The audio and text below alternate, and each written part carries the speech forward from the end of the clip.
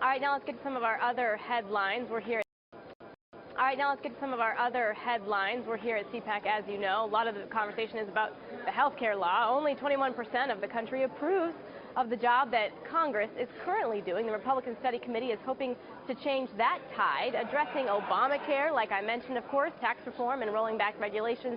There's just a few of the things that they want to do on their to-do list. So joining me now is the chair of the Republican Study Committee, Representative Mark Walker. Sir, thank you so much for joining us today. Oh, thanks. It's my privilege to be with you. You just were whisked off stage to come speak with us. I do want, for some of our viewers at home, to know what was at the heart of your speech today when you spoke to really still a lot of folks here. Yeah, we were very surprised. A lot of energy in the room. It's been that way for several days here.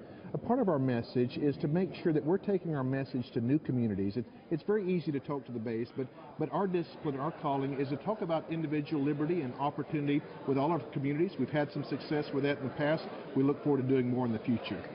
We've seen a lot of these town halls, especially as people have been home, when we talk about Obamacare. And in fact, there was an article out, if I'm not mistaken, it was out yesterday, that parts of a proposed law had been leaked to the media. I think for our viewers at home, they sort of want to know what's the latest. You know, there's a couple of factions, and particularly the House, where they have a number of plans. What right now is the latest, and can we see perhaps a bill coming down? I think we can. We're getting closer and closer.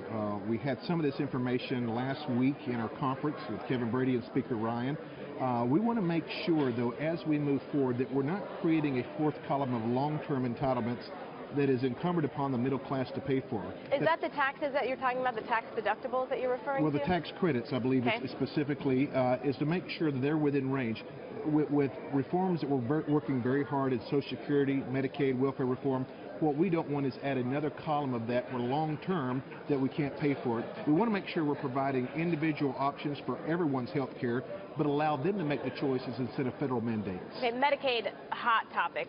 Perhaps some people at home are saying right now, don't mess with my Medicaid. Is that something that could be a threat here? No, I don't think it is. Under Obamacare, a lot of people were driven to Medicaid.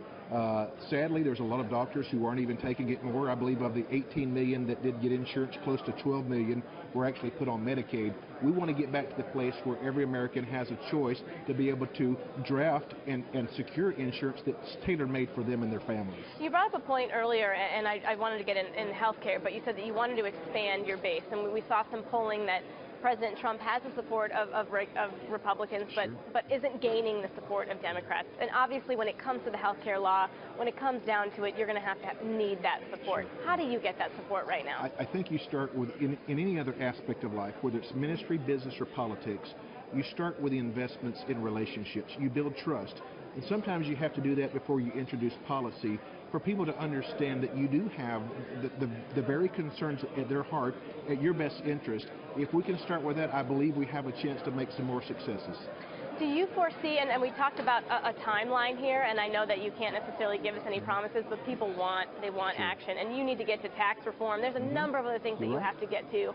So when are we going to see something on paper? Well, you're right. It's urgent right now because a lot of these other things are depending on our movement. Tax reform, we've talked about infrastructure. There's some things also with religious liberty protections to make sure that those are crafted for generations to come. To give you a specific timeline, I'm going to say spring. I'm hoping that this spring, right behind that, I've seen some of the tax reform, some of the postcards that's coming out. We're very excited about it. But this is the opportunity. The Republicans have never had 240 Republicans in back-to-back Congress, ever, since 1913 when it expanded. This is our moment to lead, but we must deliver for the American people. Yeah, let's hope infighting doesn't get in the way. Exactly. Representative, thank you so much. It's always a privilege. Congratulations on your appearance here at CPAC. Thank you.